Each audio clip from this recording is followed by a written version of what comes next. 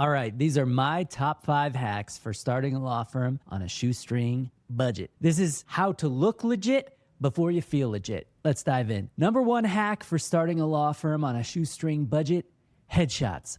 Don't be paying hundreds of dollars for a headshot. You go to JCPenney's, just like generations of awkward families before you. You can get a single digital image from JCPenney for like $29 to $39, and I'm so cheap I'll even go on Groupon to see if they have a deal beforehand, or you can check out discounts on the JCPenney website. Sure, by the time I post this video, will JCPenney be out of business? Perhaps, but it's worked for me so far, and it works particularly well for distributed teams where even if you're working in different states, everybody's got a JCPenney in their town. And then you can have everything looking uniform even in different locations, whereas if you were to hire a photographer in each location, you'd have difficulty with that uniformity. So apologies to the headshot photographers of the world. I'm sure you are great, but people work at JCPenney too, and they've always done a good job for us. Now, if you need more angles for your headshots, check out Nano Banana.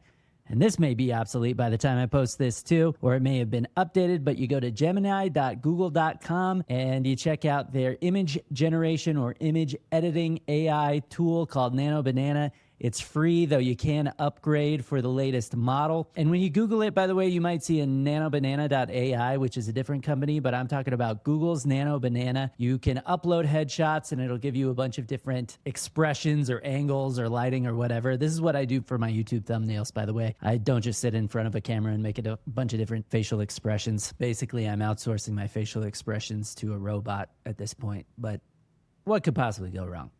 It'll be fine. Hack number 2 for starting a law firm on a shoestring budget. Use Microsoft 365 or the Google Business Suite to the fullest extent of their offerings. It's like $12 to $15 a month. And when I really dug into it, I couldn't believe how much stuff I was already paying for because it was included in the Microsoft Office suite that I wasn't really using. For video conferencing, for example, if you got that good Microsoft Office package, just use Teams. You're paying for it anyway. Don't pay separately for Zoom, in my opinion. A thing that's 10% better is really not worth paying for when it's only 10% better and you're paying for the other thing. If you're paying for Google Business Suite, use Google Meet. Don't pay separately for Calendly or something like that when Book With Me is included in your Microsoft Office suite, and there's a Google equivalent as well. Both work fine. Use it for email, use it for word processing, and when you click save on a Microsoft Office or Microsoft Word document, save it to an online location so that you can save it to OneDrive or in the cloud so that your documents are preserved somewhere other than your device. I'll also say a little plug because I believe in a world where all you need is Microsoft Office or the Google Business Suite and Practist. And here's how we handle documents in Practist. With Practist, you don't have to remember to upload your work product. It links directly with your Microsoft or Google Drive to automatically sync your documents.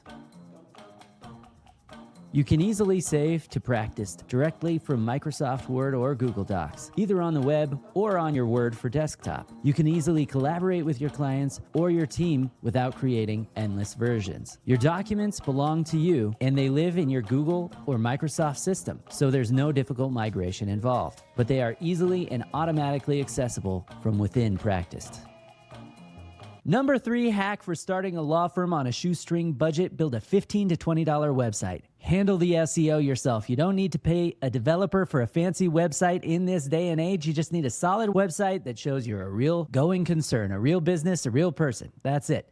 You can handle search engine optimization on your own in the beginning, in my opinion. Get a Google My Business page and just show that you are serving the people in your area. To build the actual website, it's as easy as using Squarespace or Wix or Gamma or their competitors, putting up a bio and a description of the services you offer. You get a basic website, and then beyond that, you'll just want to start doing some search optimization and your Google My Business page. Both of those can be done for free, and here's how. Rather than paying a marketing firm an exorbitant amount of money in the beginning to handle your search engine optimization for you, it's best, in my opinion, to put a little elbow grease into it and do it yourself. Start with Google My Business. You're going to want to claim your Google My Business page. It's one of the easiest, highest impact free things you can do for your firm. You go to google.com/business, sign in with your firm email, search for your business name. If it doesn't exist, click add your business. You enter your name, your category, law firm, or specific practice area. You choose whether to add, this is a key detail, whether to add a physical address or set up a service area business. Like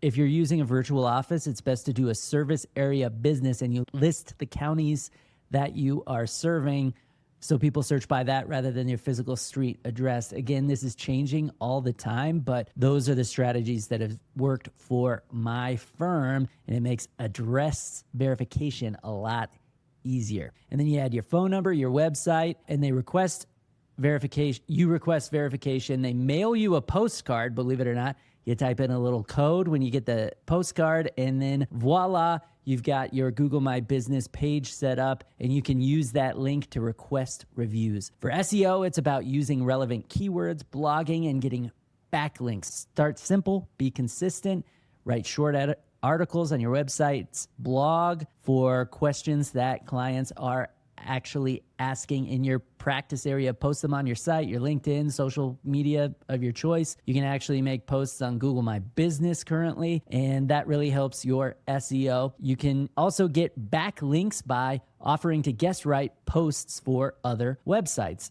like other law firms or bar associations, other publications, and then they link back to your website, and that helps your SEO. So there's a lot you can do yourself. Most SEO firms that target small law firms charge quite a bit and do things that you might be able to do on your own. The Google algorithm really rewards credibility. That's what it's all about. It's not about gimmicks. It's about developing your credibility. So in my opinion, don't be paying $5,000 a month to some marketing firm for SEO until you really have the revenue to justify that sort of expense. The better the algorithm gets, the more it rewards genuine expertise. So in the long term, your expertise is what matters more than somebody you're paying. Hack number 4 for starting a law firm on a shoestring budget: turn every conversation into marketing. Talking is free, and you probably love to do it already because you're an attorney. I've mentioned it before, but I think every cup of coffee has an average value of $500 if you're talking to somebody who could potentially refer cases to you. A conversation telling somebody about what I was doing when I was starting my firm was the root source of every case I received in those early days. It may sound old-fashioned, but it's the best marketing you could possibly do. And finally, hack number 5 for starting a law firm on a shoestring budget: use free bar association legal research. Case law, statutes, primary legal sources, they are public domain materials. Companies have just found ways to try to shoehorn them into being private intellectual property. But the fact is that most bar associations throughout the country have licenses for really solid, up-to-date primary source material for basic legal research. It might be controversial, but I actually think that for-profit legal research publishing companies have done a lot to decrease access to justice and decrease access to high-quality legal services. So I'm happy to see more and more court systems adopting public domain citation formats, and to see more free resources available online in general, specifically through bar associations. I think there are a lot of great ways for you to be able to do good legal work without having to sign every check over to Westlaw or LexisNexis or VLex or Clio now that they've bought them. What are your tips for starting a firm on a shoestring budget? What's worked for you? Let me know in the comments.